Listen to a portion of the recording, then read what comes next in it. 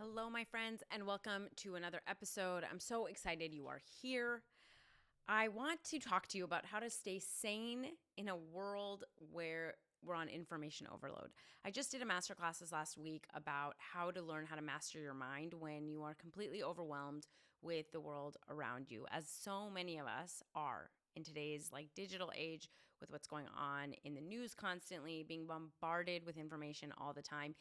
It is more important than ever to learn how to master your mind. And I did a whole class that taught you the framework that I use with my clients that has changed my life, that helped me kind of make sense of what's going on in my brain and helps me to stay sane the last, number of years. And I want to teach that to you. If you want access to that class, you can find it in the show notes and the links below, or you can go to quitterclub.com/MYM, Master Your Mind, and get that class so you can learn that framework. But I figured that I would bring it to the podcast because I think so many of us who may not have time to take the class need to understand the importance, even if you don't use this tool, whatever tool you want to use, whatever tool you want to find, it is so dire for you to figure out and spend time and invest in learning how to manage your mind, because otherwise it becomes very easy to feel overwhelmed, to feel despondent, to feel hopeless, to sort of give up. And we don't want that for you. So that's what I want to talk to you about today. I think we're all very aware that we are in this kind of information overload, right? The world doesn't slow down.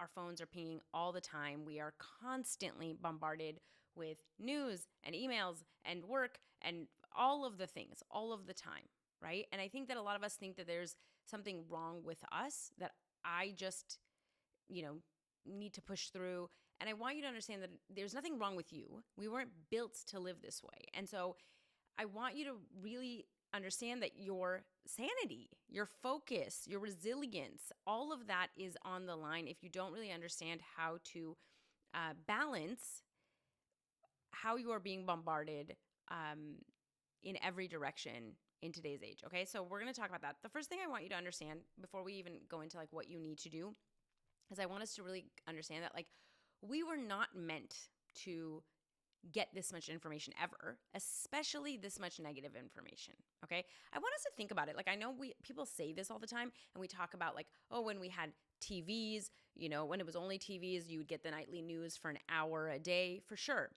that's how your brain was. You wouldn't know what was happening in every corner of the world. But if we even take a step further back, if we go even more macro, I want you to think about human existence, the hundreds of thousands of years that we've been alive. And even if we don't go let's say from our iteration of our brain with our prefrontal cortex, they guess is around 40,000 years, 50,000 years, around there. Okay. I want us to think about how many tens of thousands of years humans just were out in nature, hunting and gathering. I want you to think about when you're in nature and how you feel and how little input is coming in. There's sounds and there's things that you're going to be paying attention to. And then when we've come into kind of the society that we have and we're in busy cities and there's noise all the time, and then there's TV and now there's the phones. And I want you to think about the hardware we're using, the brains we're using are the same brains that our hunter-gatherer forefathers, ancestors had, right? And it isn't equipped for this level of novelty. And here's why I say novelty, because your brain was created to seek novelty, right? Because when you are, let's say, hunter-gathering, you have to notice something moving in the bushes. You have to notice something that's new in order to keep yourself safe. You have to be really hyper aware when something new is coming into your world, into your line of vision. And so but when, that was happening, it wasn't happening all the time. It wasn't like this. And so our brains are wired to seek novelty. And we also are wired to seek sort of negativity or focus on negativity. We have a negativity bias. And that also was evolutionarily to keep us alive, right? You have to look at you can go to 100 bushes that have sweet berries on them, and that's great. But if there's one bush that is poisonous, you want to remember that. That's the thing that you're going to want to really not gloss over. And so your brain hyper focuses on things that go wrong, on mistakes, on things that could be harmful. And that has been evolutionarily very valuable to us because it keeps us alive. But obviously in our day and age where we're not at risk of being eaten by tigers all the time, and we're not at risk of dying. We are being bombarded by negativity. And, media companies know this. They know there's like stats that headlines that are negative have like 30% more click rates. And so they purposely focus on negative news stories because that is what is going to get the most clicks, right? If our news, imagine if your news was just bombarded with all the beautiful things that people are doing in their communities all over the world. Because there are way more people doing good and people trying to make change and people working together and people making community. But we don't care about that. We're not going to look at that. And so we are bombarded with all the things that could possibly go wrong. And again, in our brain, it's like, well, this is keeping me alive. I do need to stay abreast of everything that's happening in the political sphere, in other countries. I need to make sure that I'm safe. And so our brain is like wired to seek that, to look like for that dopamine. So we keep doom scrolling. We keep looking at all this information. And the thing is that we are consuming 5 times more information daily than we did in the 80s. And that's probably was, 5, 10 times more than we did decades before that. And so we are overwhelmed. This attention economy that is like 24/7 is profiting off us, keeping us outraged and overwhelmed constantly because then we're going to seek more. Like, oh no, there's a threat happening. And we were never meant to handle that. And so I just want you to understand that, like, it's not that you are bad at handling stress. It's not that, like, there's something wrong with you that you feel overwhelmed. You are being fire hosed with bad information, with bad news, right? It's like drinking out of a fire hydrant. Like, you are going to feel like you're choking. That's sort of by design, right? And I think that when they realize, like, how much they can overwhelm us, it also gets you to not act. It also gets you to be hopeless. It also gets you to kind of give up, which makes for a very easily dominated populace, right? It makes it for people that are in charge to be able to do what they want to do. And so I say that because I want you to understand first, like, why it's not your fault and what is happening so that you can really understand the importance of you being able to, like, take back control of your own brain, okay? And you've heard all this. Obviously, everybody can tell you, like, you should go on a, information diet. You should try to limit your social media. That's all true. And I know it's harder. Like, it's easier to say, harder to do because we are all addicted, right? We have these dopamine addictions to our phones, and they've created these apps specifically like slot machines. They know that it creates this addiction. And so I'm not here to, like, lecture you into what you should do. I just want you to be aware of, like, what is happening is not natural. And the amount of information you're getting is not natural, and it is used intentionally to hijack certain aspects of your brain that are meant to react a certain way. And that's terrible, but we do have some control, right? We do have some say in what we can do from this. The second thing I want you to understand is that level of information is causing burnout and killing your problem-solving skills, right? I think that people think that we are overwhelmed by just what is happening, the amount that is happening. And to a certain extent, that is true. But we are overwhelmed because we believe that we have a lack of control. And I think that happens because there's no amount of quiet, right? There's no amount of silence for you to think about how you want to act, what you want to do. And I want you to understand, like, people's ideas, the best ideas, are not born in chaos. It is very difficult to think when you are in the midst of chaotic, action. I think we've all experienced that. Like, you make good decisions from stillness, from quiet. You make it from understanding, like from having a moment to think and breathe. And unfortunately, for a lot of us, we just don't have those moments anymore. And that becomes a problem because then we can't decide how we want to act in a certain way. We can't decide how we want to show up. We can't decide what we want to do in this situation because we are constantly under, like, code red, emergency. And I think all of us know that, like, that's not the best place to strategize. That's not the best place to make a intentional decision about your life, right? And so I think that for all of us, like, when we understand that, like, the reason that we are feeling this overwhelm is not simply that there's this inundation of information. There is, but it's simply because there's also no time to be able to assess and think about what you want to do because you're constantly in reactive mode. You're constantly in, like, distracted mode. You're constantly in information overload, right? So what do we do about this? This is all great. I think we all already know this, and we all already get a bunch of information about this, right? We already get all these TikToks and news stories about how we have too much news. The irony in that. And even this, like you're watching or listening to this podcast or watching on YouTube, and it's like, again, taking in information. I understand the irony, but really there's no way around that. So what do?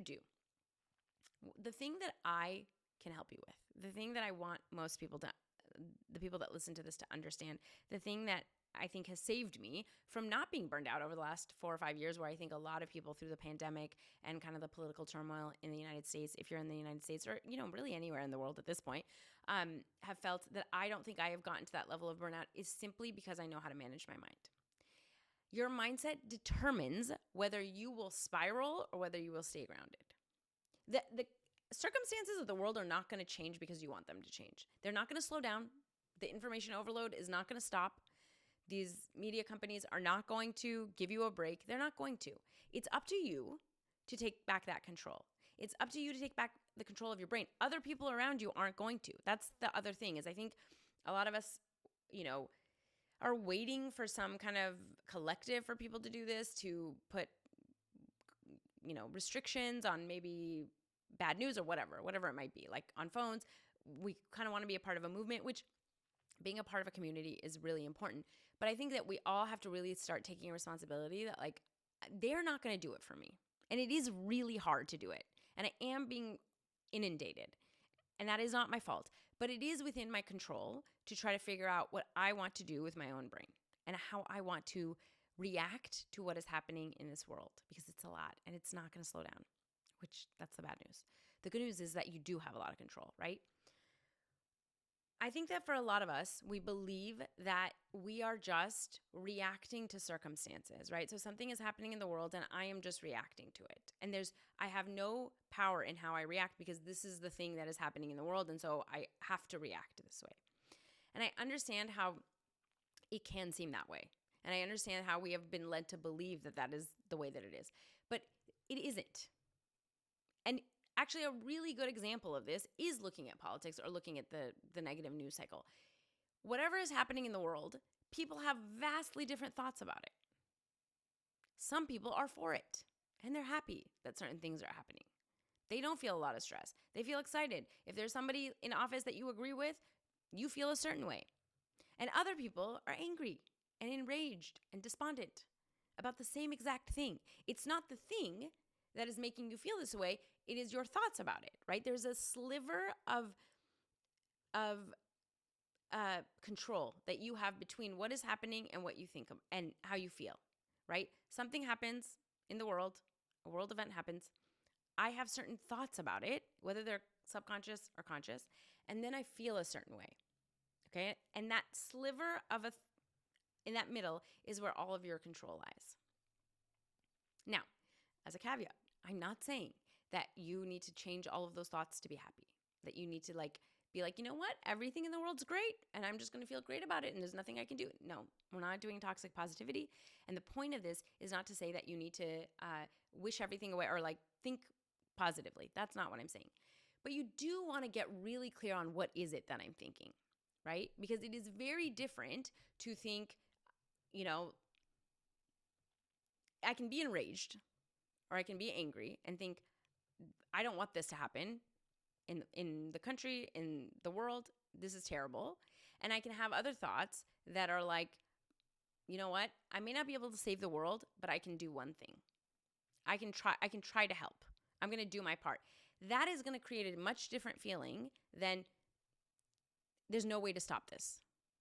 It's not going to make a difference anyway. It's hopeless at this point. It's too big for any of us to stop. I want you to think about how different you feel. It's the same circumstance. Something terrible is happening in the world. And you have valid feelings of anger and frustration and whatever else you have to feel. But if you then feel it's always been like this, or it's never been this bad, it's terrible now, we're too far gone, it's too late. Imagine how you feel. You feel helpless and resigned and defeated and overwhelmed, and you give up.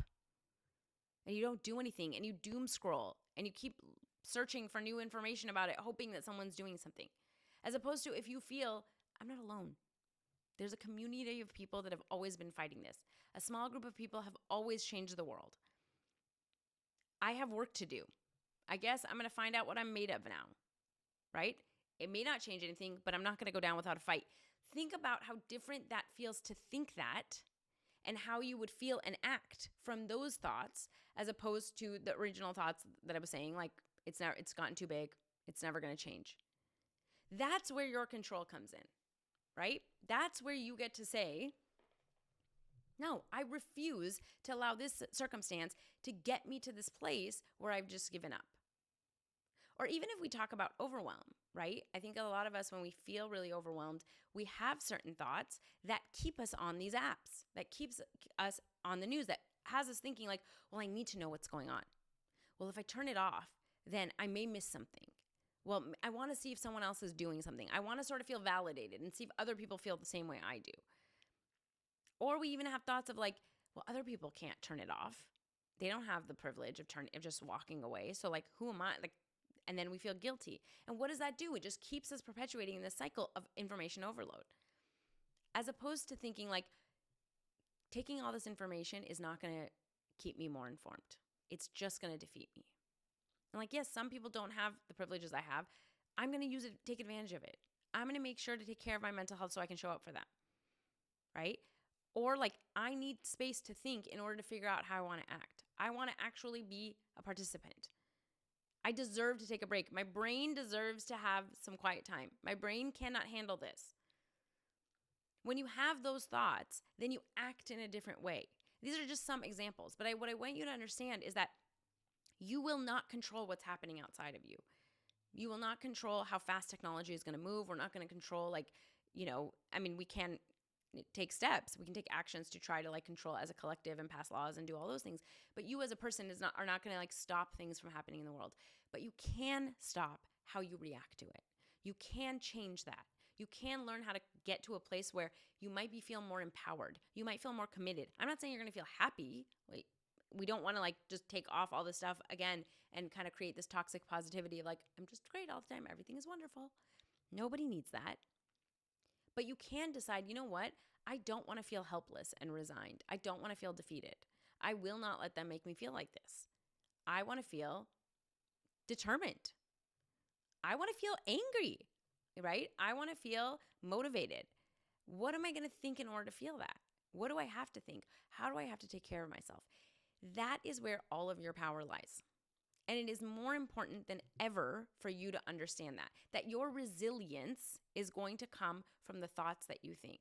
And it's like a muscle, like anything else, right? Like you don't go to the gym one time and expect to have a six pack. Nobody's saying that you're going to like just change your thoughts and then tomorrow you're going to be superhuman and put down your phone. Nobody needs that. But you can start practicing it. You can start figuring out ways of like, can I find thoughts that empower me to do the things that I want to do? Can I practice it one time today? Can I learn to like step away from my phone for 10 minutes? Can I increase that time, every day until I can start creating like a ritual for myself, or I can start putting some more boundaries that are going to help me. This is a process and you don't have to do it alone. If you want to learn more about how to manage your mind, like I said, you can take that free masterclass. I'll give you a tool on like how you can become aware of your thoughts and then how you can change them, how you can like figure out exactly what you're thinking and then try to find thoughts that you want to think. It's a framework that I teach all my clients. You can go to quitterclub.com/MYM and get that class. I highly recommend you taking that class. I know this is kind of an overview of why you need it, but that will get more into like the nitty gritty of like exactly what you should be doing. So you can sign up there. And if you want more help with this, I have a membership called the Quitter Club that you can join where we do this kind of mindset work and you get coaching every week. And you can go to lessonsfromaquitter.com/quitterclub to check that out. And if you don't do it with me, that's fine too. There's a million other tools that you can use to learn how to manage your thoughts. I just want you to start becoming proactive in understanding how valuable of a tool this is going to be for you as you move forward in this age of information overload. It is up to you to kind of protect your mental health, and not in a way of just like, I think there's a lot of beauty in meditation and doing all that stuff and finding stillness, and that is really important. But part of what we need to do is combat like all of the thoughts that we're having every single day as we're moving through the world, and you need to find a way to be able to do that. So hopefully this helps you maybe find some thoughts to get you started on this journey and get you seeing the importance of why your mindset matters so much in this day of information overload. I hope that you find some tools that can help you take care of yourself, because we need you. We need you to come back day after day. We need you to be a part of the collective. We need you to help make this world a better place. You don't have to save it on your own, but you can be a part of it. You can be one person that does one part in this collective of people that are constantly trying to do good and make the world a better place. And if you need help with it, I would love to help you. Again, I would start with the class at quitterclub.com/MYM. All right, my friends, I hope this was helpful, and I will see you next week for another episode.